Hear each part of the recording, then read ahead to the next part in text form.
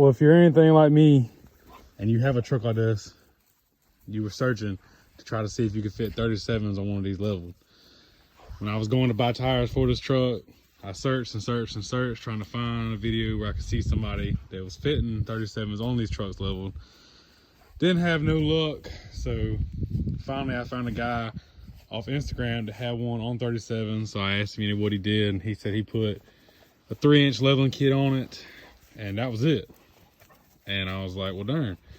So I took a chance, ordered the 37s, ordered the 3-inch lift kit, or the leveling kit, excuse me. As you see, you know, it's got the arched A-arms. I mean, it definitely helps out. Does not ride bad at all. As you can see, I mean, it rubs on the frame and I full lock, and then rubs on the sway bar full lock that way. I mean, really not bad. I'd say you lose probably a quarter, maybe a little less of your turn radius when it's, you know, full lock. And you see this side's about the same. Not too bad. Plenty of clearance on the bumper. You know, I haven't moved the bumper up or anything like that. Plenty of clearance on the back. Truck definitely surprised me. A lot more room than I was expecting. And I also had some people telling me that I wouldn't be able to clear them on the back, but I mean, as you can see, I mean, there is definitely no shortage of clearance on the darn fenders in the back. I mean, definitely to me, I think the 37s look a lot better than the 35s. I feel like these trucks are just too big to fit 35s. I mean, it looks like it skipping leg day pretty much. But I mean, even when the truck's loaded down, I mean, you can still clear 37s on the back by a long shot. I mean, it's nowhere even close. If you want to take a look and see how much exactly you lose, climb up in here.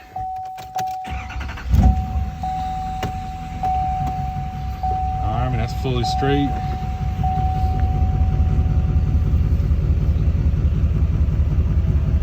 All right, it starts rubbing right about there. And that's full lock. So from about here to there is about all you lose. So I mean, not too bad to say, you know, you're fitting 37s with nothing but a 3-inch leveling kit. I mean, that's what it looks like with the wheel turned there. I mean, as you see, I mean, you still got plenty of clearance on the fender wells, on the inner fender wells itself. I mean, I did take a zip tie on each side and just kind of pull it back just to be on the safe side of it. But I mean, even still, I think I'd have been all right without even the zip tie. I mean, show you what the back of it looks like here. You can see it's a little bit closer on the back. See, I don't know if you did try to run like wheel spacers on them, pretty sure you'd probably eat that plastic up pretty good, but that's no trimming or nothing there. I mean, clears it good. Like I said, I did the same thing here. Took the zip ties, run it through. You can see the zip tie right there. Just run it through and kind of pulled it back just a hair just to make sure that, you know, it was good and clear. But I mean, I haven't had any problems. You know, don't mind our dogs over here fighting, acting crazy. But yeah, so I figured I'd post this video, try to help somebody out. And if you want to take a look at how much the keys are turned up, let me see if I can find them. All right, so you can tell. So I'd say they're probably about 3/4 of the way turned up. I mean, and actually, surprisingly, thing rides really good. I definitely recommend the kit. I mean, it's actually just the cheap, I think it was like a $600 leveling kit.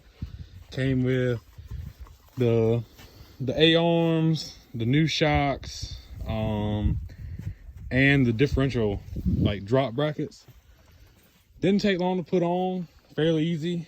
I know they say that when the kit comes with blocks for the rear, they say that the kit with the blocks makes it completely level, but I don't know. I pulled a tape measure on it and it's pretty much completely level right there, and I did not put the 1.5-inch blocks in the rear. So I mean, me, in my opinion, I think it's perfect with the keys turned out like they are and leaving the stock blocks in the back. I think if I were to put the blocks on, it'd be nose diving a little too much for my liking. It's definitely not squatting like it is, but to me, it's about perfect.